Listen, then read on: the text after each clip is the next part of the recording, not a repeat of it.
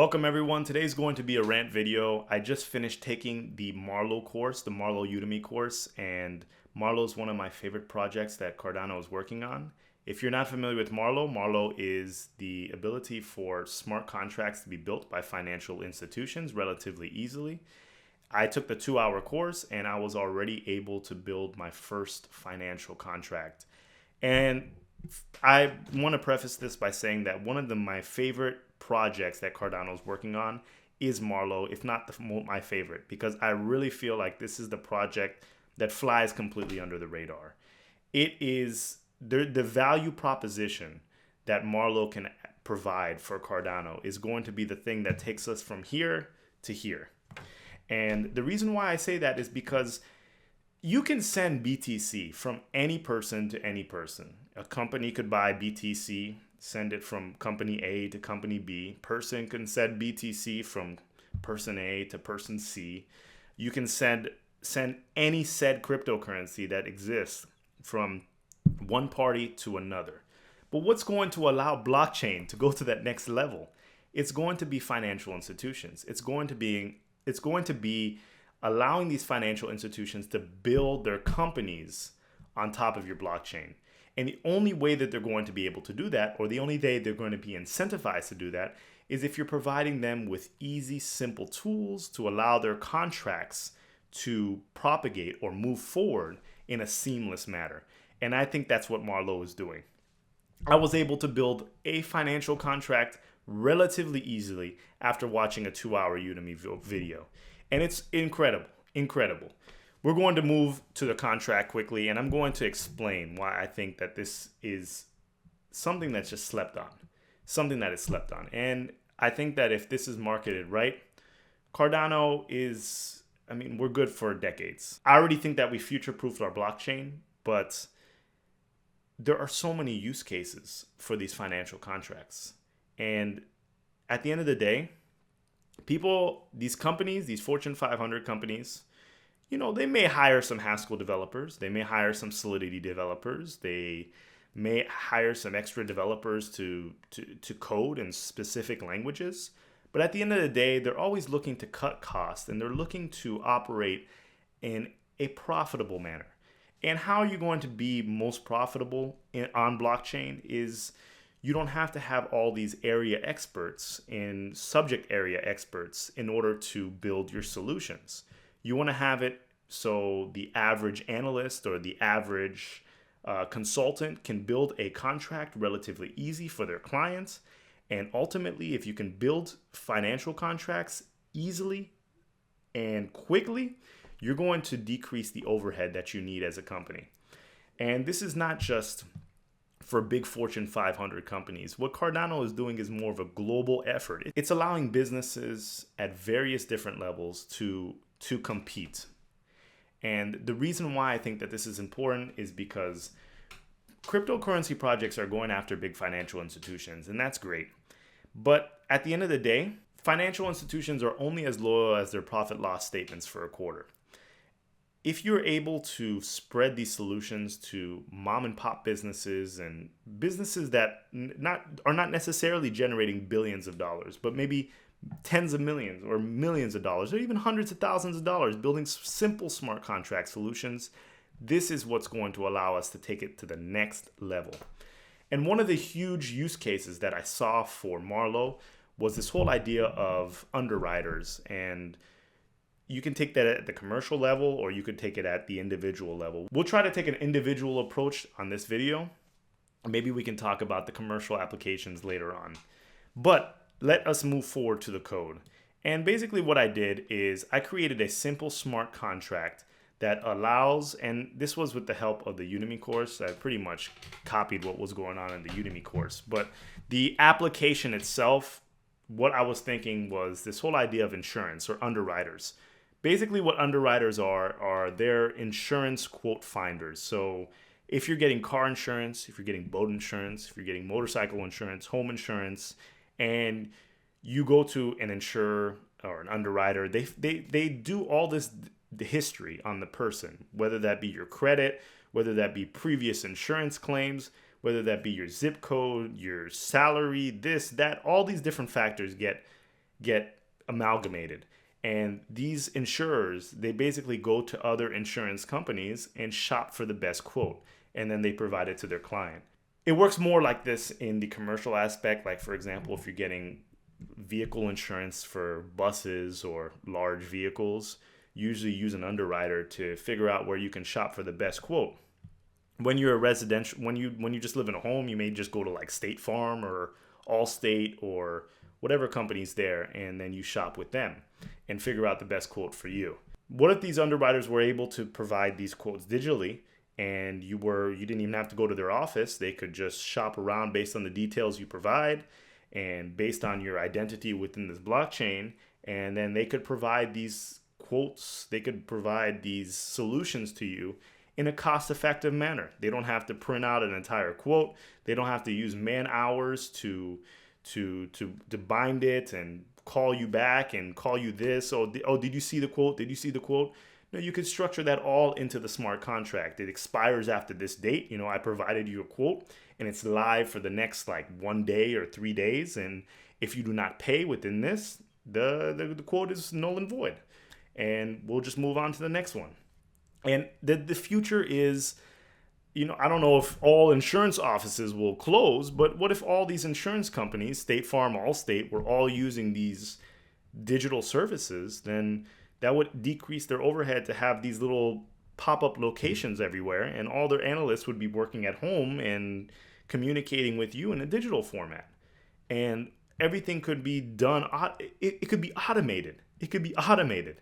And you wouldn't even have to go to some kind of central authority to process claims or to shop for quotes. This would all be written within this contract. And maybe I'm dreaming. You let me know if I am.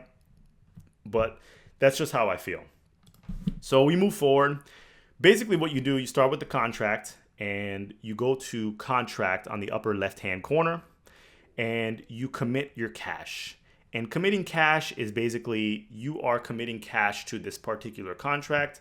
So in traditional escrow services, like for example, if you are buying something on eBay, you generally send the money via PayPal to an individual, and PayPal holds the money in some cases when it's a new seller. And then when you receive the item and you're happy with the item, then they release it to the seller. And that's how buyer-seller relationships work. But, as you become a more experienced seller, or eBay and PayPal, they trust you more, so they may release the money quicker. But in this situation, we're going to commit cash to a central authority that doesn't exist. It's decentralized, so it's not like we're paying fees for PayPal to hold our money or for eBay to hold our money. It just exists within a smart contract and always can be nullified. And we take that from the contract tab, and from there we go to money. And we actually value the contract. So I assume that I am shopping for insurance, and I put 2,000 ADA for this insured quote.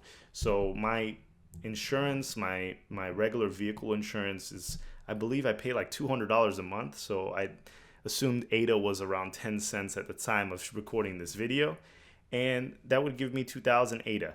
So let's say I get a quote back from State Farm or Allstate for 2,000 ADA. So we move forward from there.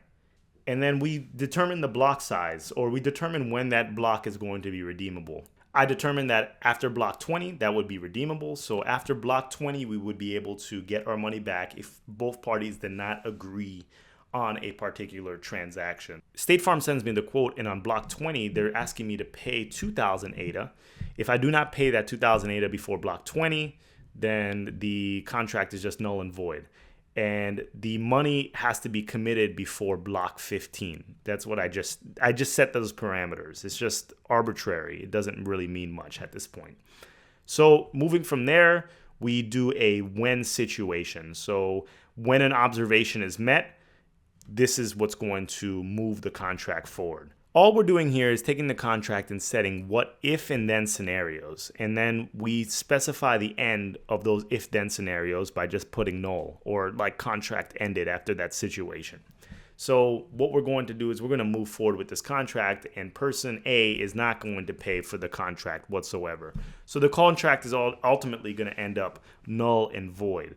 And then it's just going to move on. So party A receives their refund on their money without ever going forward. And I thought this was very interesting. Like I was saying before, this whole idea of looking at multiple parties sending you quotes and you just verifying whichever one you want, that could be great. I mean, what if one person was tied to multiple different agencies, or maybe one underwriter was shopping a quote from multiple different insurance companies? Things could be verified, things could move forward in a seamless manner. You know how much time is wasted by these insurance companies just jumping up and down on the phone and saying, oh, did you get the quote yet? Oh, I didn't get the quote yet. Oh, you have to sign it here. You have to sign it here. You have to go get it notarized, this and that.